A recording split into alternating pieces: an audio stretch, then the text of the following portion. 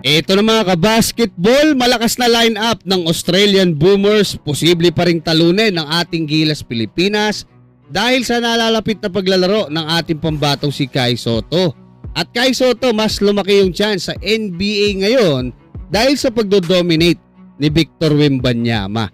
Pero bago yan, huwag kalimutan mag-like at mag-subscribe bilang pagsuporta sa pinakabagong post ng Australian Boomers patungkol nga sa magiging laban nila kontra sa ating Gilas Pilipinas para sa FIBA World Cup Asian Qualifiers sa July 6. Ay buong kumpiyansa nga nitong idiniga na yung kanilang Final 12 lineup na kinabibilangan nila Taran Armstrong, Josh Banan, Alex Condon, Bryce Cotton, Mitch Creek, Ben Henshall, Jack McBay, Elijah Pepper, Keanu Pinder, Tyrese Proctor, Angus Glover at Wani Swaka Lobuluk.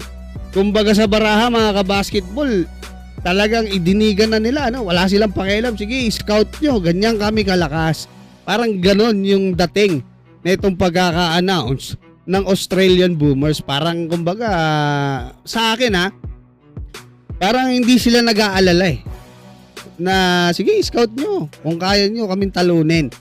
Diba? Halos di naman nagkakalayo sa height average mga kabasketball ng lineup natin saka sa kanila, pero talagang hindi natin maitatanggi na dehado tayo sa kanila sa laban na to, no?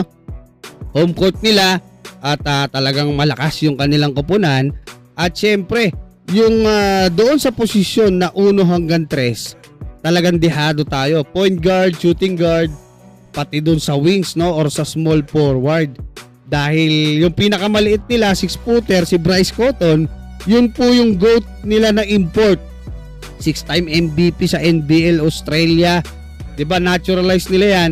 At yung isang sumunod na maliit, si 6'4 naman to, si Elijah Pepper, yan po yung dumurog sa ating Gilas Pilipinas nung huli nating laban sa kanila dito pa sa home court natin. So talagang matindi, pero pagdating doon sa mga big man or sa ilalim, 4-5 na posisyon, masasabi ko na medyo liyamado itong ating Gilas Pilipinas dahil nga sa muling paglalaro ng ating pambatong si Kai Sotto. Liyamado tayo doon dahil nga 6'11 lang yung pinakamalaki nila na si Alex Condon, 21 years old lang po yan.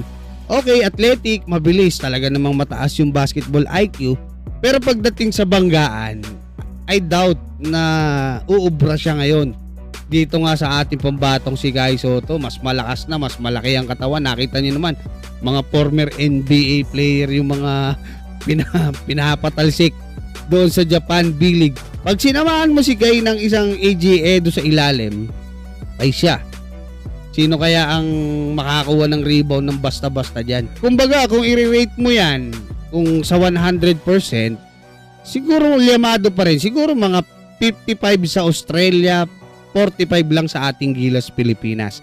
Para sa akin pero may chance po talagang manalo etong ating national team kahit dihado tayo diyan. Dahil nga, pag nandiyan din si Kai, yung triangle offense netong si Coach Tim Cone, gumagana dahil mahusay din pumasa si Kai at talagang threat si Kai sa mga alley-oop dahil 7'3 siya.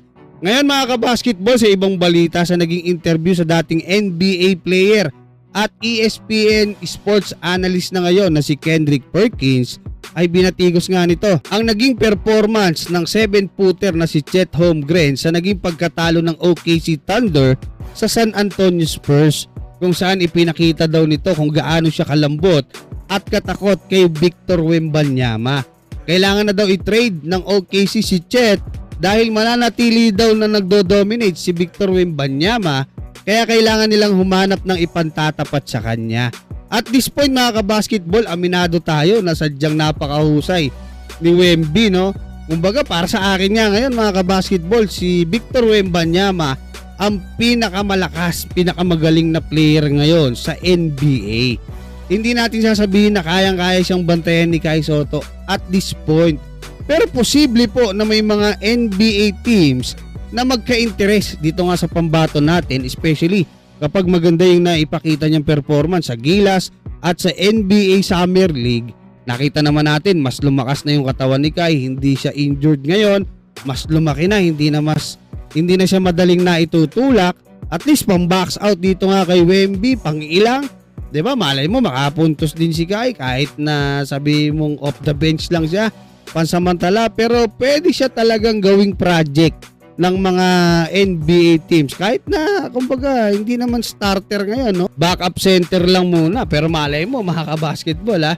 Kasi nga gaya ng sinasabi natin dati, kung dati papayat-payat si Guy na itutulak-tulak, hindi ganoong kalakas dyan sa ilalim. Ngayon po, iba na po yung Kai Sotto na nakikita natin na kailangan ng ating Gilas Pilipinas at hopefully makapasok sa NBA ngayong taon.